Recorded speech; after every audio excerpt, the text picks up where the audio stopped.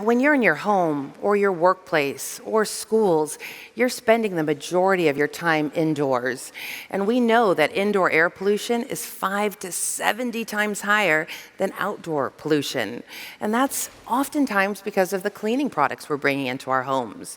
And so when we think about our wellness journey, we have to think about the air that we breathe.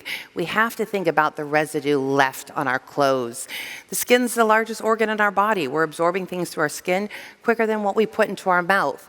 And so if you're using laundry detergents that have things like formaldehyde, dishwashing detergents that have things like 1,4-dioxane, phthalates, so many different chemicals that are harming your health, you're being assaulted with those toxins every single day. And people are struggling. They're struggling. They've got cancer, asthma, nerve and organ damage, and they're looking for solutions. And one of the easiest solutions to creating a healthy home is changing your cleaning products.